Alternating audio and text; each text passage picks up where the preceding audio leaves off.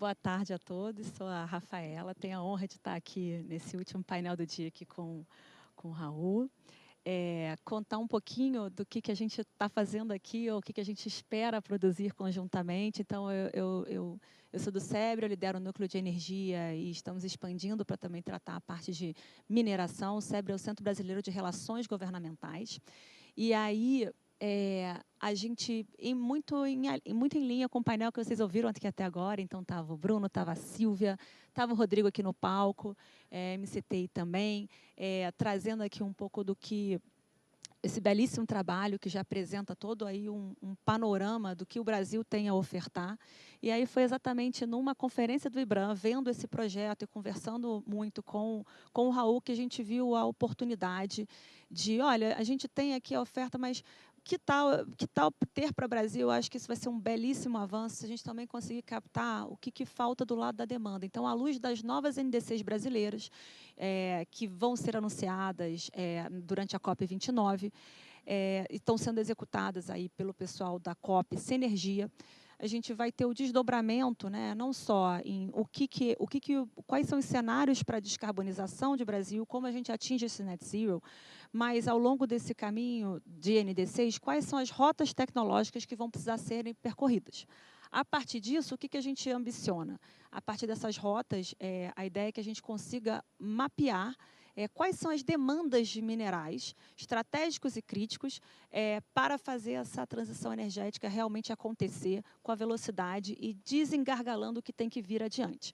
Então, alinhado a isso, a gente também foi lá atrás, eu estou vendo aqui a Silvia, estou vendo a Lúcia, a gente foi lá atrás, você tem, olha, vamos avançar nessa parceria, a Humana também, e o IBRAM, vamos avançar nessa parceria também trazendo, olhando adicionalmente ao que vocês já fizeram, o que mais a gente precisa aqui do lado da oferta, mapear uma cadeia um pouco maior.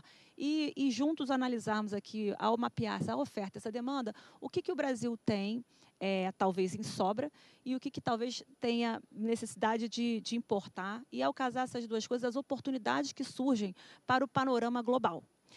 E aí a gente trouxe, está conversando isso com o Raul, eu vou passar um pouco para o Raul, mas a Isabela também vai trazer a palavra dela aqui na forma de vídeo, porque isso é a parte técnica, né? A parte de o instrumental para ajudar a gente a avançar ainda mais. Então, a gente contar um pouco que o BNDES está junto, a EPE vai estar junto, o Ministério vai estar recepcionando, e isso como um panorama, um suporte, um alicerce aí muito grande para a gente avançar ainda mais e juntando esforços aí com o IBRAM para a questão da política que tem que avançar para o Brasil e trazendo um ambiente de investimentos atrativo para outras regiões do globo. Então, cada vez mais, como Centro Brasileiro de Relações Internacionais, a gente tem ouvido muito, né, conversando com as diversas regiões do mundo. E aí a gente pode citar aqui a Arábia Saudita, pode citar a China, pode citar Estados Unidos, Europa, os inúmeros interesses. E a gente tem visto isso já com o fundo BNDES, que tem sido aí um grande sucesso. E eu não tenho dúvida de que tem muito capital a ser desbloqueado para ser trazido para o Brasil e investimentos a serem concretizados. Então, esse é um pouquinho, a gente vai ter um somatório disso ao Agenda Setting, e aí a Isabela traz esse peso, vai ser um cross-cutting aí do núcleo de energia com o núcleo de meio ambiente, porque tem toda essa temática, e é isso que a gente pretende estar construindo conjunto em parceria. Começando agora, ainda esse ano, e com a tarefa de, em 8 meses, a gente trazer resultados para já começarmos a fazer bastante barulho durante um ano em que o Brasil vai estar liderando a COP, né, a COP30 aí sob liderança brasileira, e também o período de BRICS, então, em que a gente vai ter a liderança aí do BRIC Plus. Eu vou passar para você, Raul. Oi? Põe a Isabela? Então, vamos botar aqui um pouquinho a Isabela. Ela teve que ir embora, mas deixou um vídeo para a gente em que ela traz um pouco esse contexto global, e aí eu me dividi aqui contando um pouco técnico e vai passar aqui um pouco o eixo global. Um dos grandes desafios que o Brasil tem nos próximos anos está profundamente relacionado à nossa capacidade de pertencer a um time global que vai dirigir as soluções nas questões climáticas.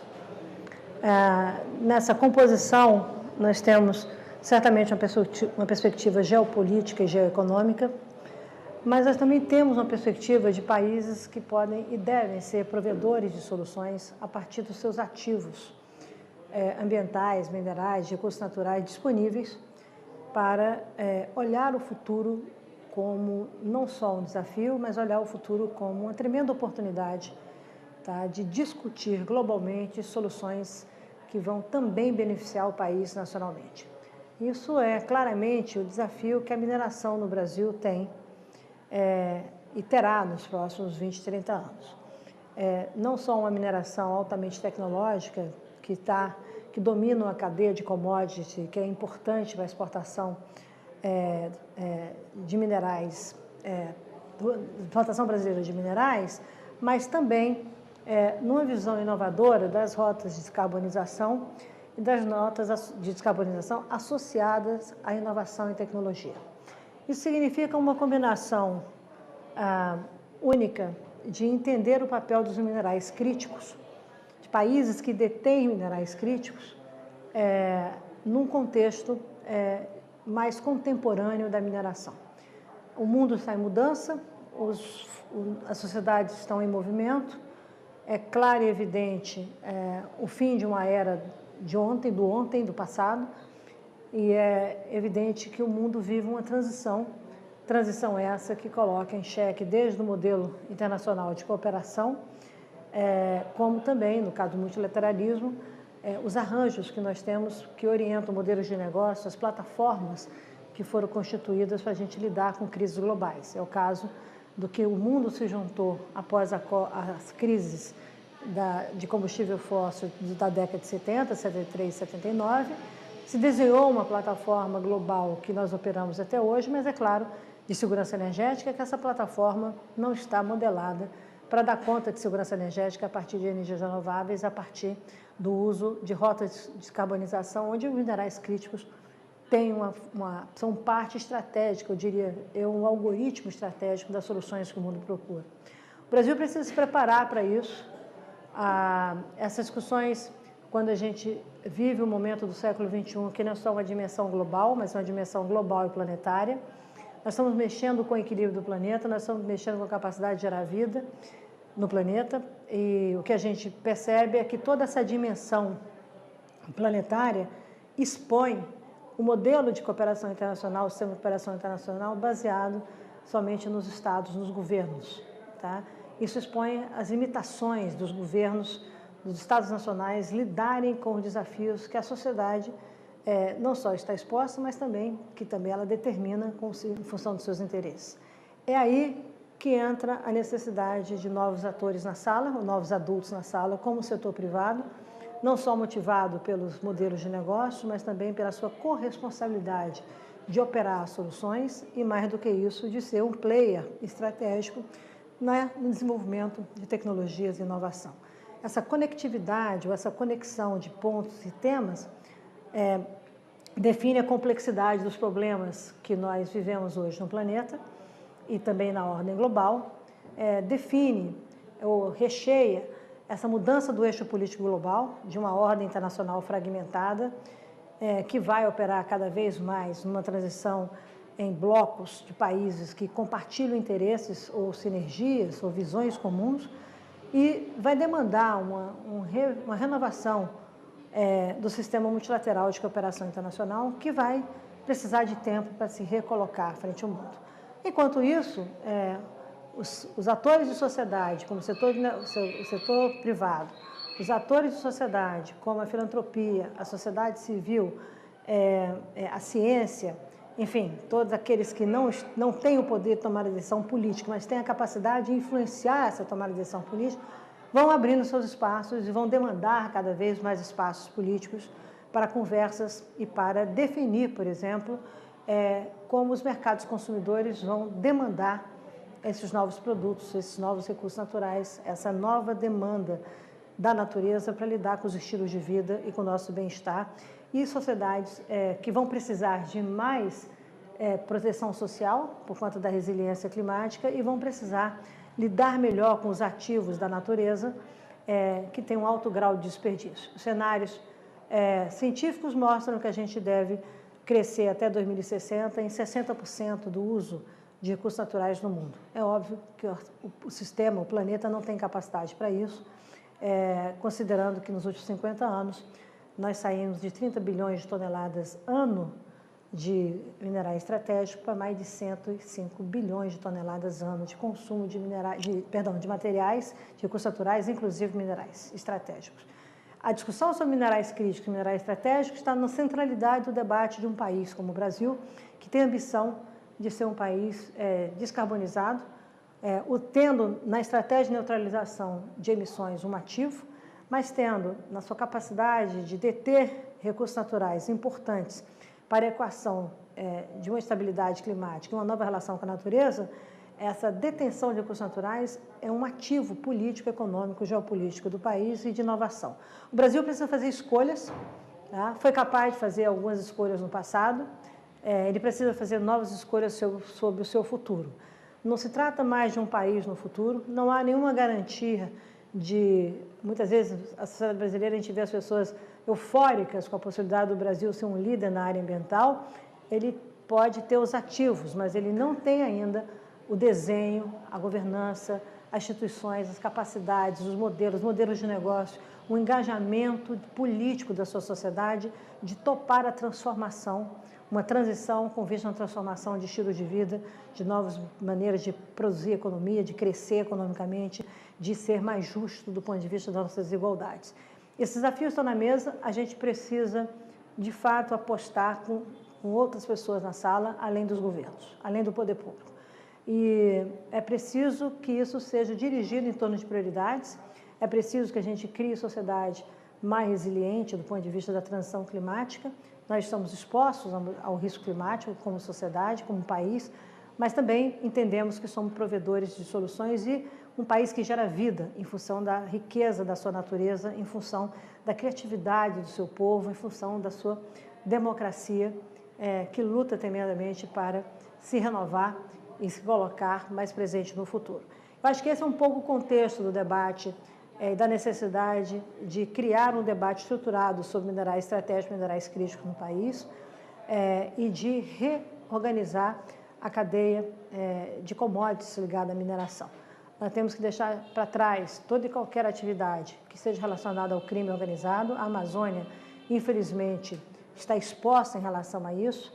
Nós temos que entender o sentido da mineração como uma atividade econômica que conecta o Brasil ao mundo, não só regionalmente com os nossos vizinhos, mas também todo o resto do planeta. Nós temos que entender que a mineração dialoga com a contemporaneidade. Agora, para isso, a gente precisa reformar esse entendimento sobre mineração. Não significa apagar os erros, mas ambicionar novos caminhos, onde a questão da mineração passa a ser chave para o desenvolvimento sustentável do país e é um elemento estruturante de restaurar confiança e credibilidade na relação sociedade-Estado, ou poder público. Se não formos capazes de fazer isso, nós continuaremos tendo o setor privado distante, tá? Tendo a filantropia distante, tendo os atores sociais lidando com, no meu entendimento, com pautas menores, sem ser dotado de pautas realmente estratégicas, definidoras de uma transição com vista a uma transformação de economia e de país. Está nas nossas mãos fazer essa escolha. Eu acho que esse é o espírito de trazer a mineração para primeiro time do debate sobre descarbonização e o primeiro time de responsabilidade em relação à mudança. É preciso saber dialogar com base no que está colocado aí em transição e do que está colocado em termos de transformação. É preciso ser competitivo, é preciso entender infraestrutura e logística associada a isso, entender as tecnologias que vêm, os interesses de cooperação bilateral, trilateral, regional ou global, e entender esse mundo que nós pertencemos e que muitos de nós ainda insistimos em pensar nele como no passado. Está na hora de encarar o futuro, está na hora de discutir a contemporaneidade desse país, e a mineração faz parte disso. Esse acho que é o espírito de trazer um país mais contemporâneo, melhor no futuro, né? Como o futuro não é mais como antigamente, mas não é mais também uma projeção linear do passado.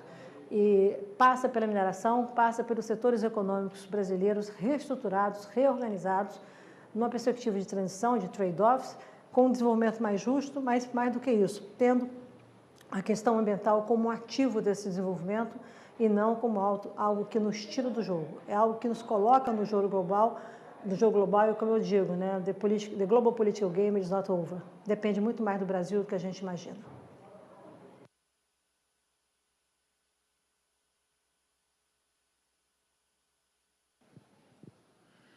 Boa tarde a todas e a todos.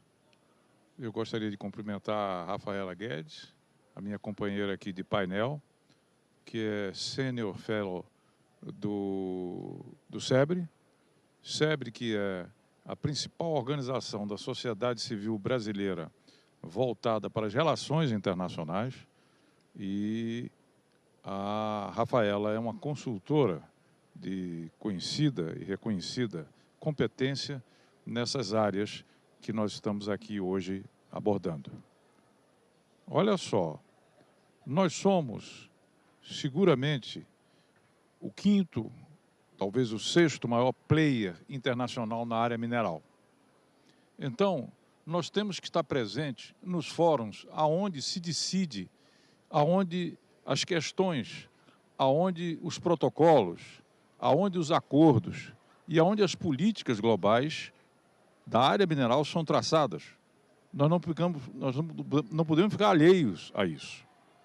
Se a mineração é brasileira, ela tem uma contribuição para o mundo, inequivocamente. Então, nós estamos aí às portas do G20, Rafaela, e para o ano nós estamos com a COP30. E, seja no G20, seja na COP30, nós vamos levar a posição, a política, as tendências e, evidentemente, o projeto brasileiro em termos de mineração. E esse projeto brasileiro, claro, ele é importante para nós, mas é preciso reconhecer, e sem presunção, que ele é importante para o mundo. Por quê? Porque hoje a questão dos minerais críticos se transformou numa geopolítica global. Os minerais críticos,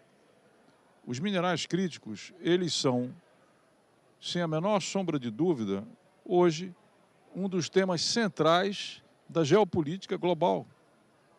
E por que eles são? Porque eles são essenciais para a transição para uma economia de baixo carbono, para a descarbonização. Não dá para falar em descarbonização sem falar de minerais críticos. Não dá para falar de segurança alimentar e nutricional sem os minerais críticos estratégicos. E não dá também para falar nas novas fronteiras da tecnologia e da inovação sem esses mesmos minerais críticos estratégicos. Ora, o Brasil é um país que tem uma dotação natural extraordinária no que diz respeito a esses minerais. Tem um potencial, sem sombra de dúvida, enorme. E, ao mesmo tempo, nós estamos verificando no cenário global que países como os Estados Unidos, países integrantes da União Europeia e em outras regiões, eles estão colocando a questão dos minerais críticos numa posição importante, decisiva para a soberania nacional, para as diversas seguranças que são articuladas a esses minerais críticos. Então, é inequívoco que se nós temos um imenso potencial, se nós somos um player global, se nós temos um passaporte para o futuro no que diz respeito a esses minerais, nós não podemos. Nós temos a responsabilidade de projetar os interesses nacionais nesses fóruns, nomeadamente no G20 e também na COP30. Por isso, nós estamos com uma parceria extraordinária do SEBRE, com a parceria da Rafaela Guedes, para que a gente possa, a partir de estudos, como, por exemplo, foi desenvolvido pelo IBRAM e pelo CETEM, sobre como estruturar uma política pública para o setor, que já demora, que nós já deveríamos estar tendo com ela. Para vocês terem uma ideia, nesse trabalho, os fundamentos para uma política pública sobre minerais críticos no Brasil, o IBRAM e o CETEM, eles analisaram políticas referentes a esses minerais em 16 países. E nesses países, tenho certeza que já está colocado exatamente aquilo que nós estamos afirmando, que é uma questão geopolítica, que é uma questão de soberania, que é uma questão de segurança nacional, contar, de fato, com esses minerais. Os países, mundo afora, estão muito preocupados com como assegurar uma cadeia de suprimentos para esses minerais críticos. E isso tem sido agravado pela fragmentação que nós estamos assistindo em termos globais, particularmente pela polarização entre Estados Unidos e China, mas também, e muito infelizmente, pelas guerras que voltaram a dar a tônica no cenário global, a exemplo da Rússia e da Ucrânia, a exemplo do que se passa hoje no Oriente Médio, ao que se passa no Golfo Pérsico e assim por diante. Por tudo isso, os países procuram parceria segura, aquilo que se chama nearshoring, ou seja, vizinhança segura, com segurança jurídica, com perspectivas de se poder fazer parcerias, e nós temos que dizer o que nós queremos dessas parcerias. Estados Unidos nos procura, ótimo, que outros países venham procurar. Mas o que é que nós queremos dessa parceria? Nós queremos só explorar ou exportar materiais in natura? Nós queremos processar eles? Nós queremos entrar na cadeia, por exemplo, desenvolvimento de baterias e de tantas outras possibilidades mais? Isso quem deve dizer para nós é, sem sombra de dúvida, o setor público, ouvido o setor privado e a sociedade. Mas isso tudo só reforça a nossa ambição. Nós estamos no mundo, nós somos corresponsáveis pelos destinos de um processo de descarbonização que é fundamental para a humanidade. E por isso mesmo, a nossa presença é assegurada e nós temos que assegurar a nossa presença definindo quais são os interesses nacionais refratados pela mineração que nós devemos levar ao conhecimento de todo mundo. É isso que eu tinha a dizer, agradecer a contribuição que nos foi dada pela nossa querida ministra Isabela Teixeira e agradecer muito a Rafaela, querida, que está aqui conosco, com a sua inteligência, com a sua capacidade e trazendo também aqui para o debate o SEBRE, repito, que é a mais importante entidade da sociedade civil brasileira a cuidar, a tratar das relações institucionais. Alguma coisa mais, Rafaela?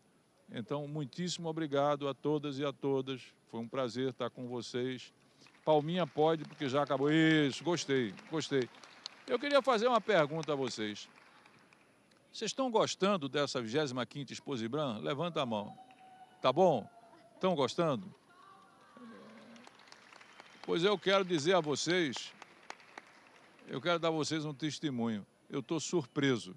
Eu hoje saí para dar uma volta nos arredores da nossa Exposibran, não apenas aqui, que a gente vem o tempo todo, e eu fiquei simplesmente surpreso.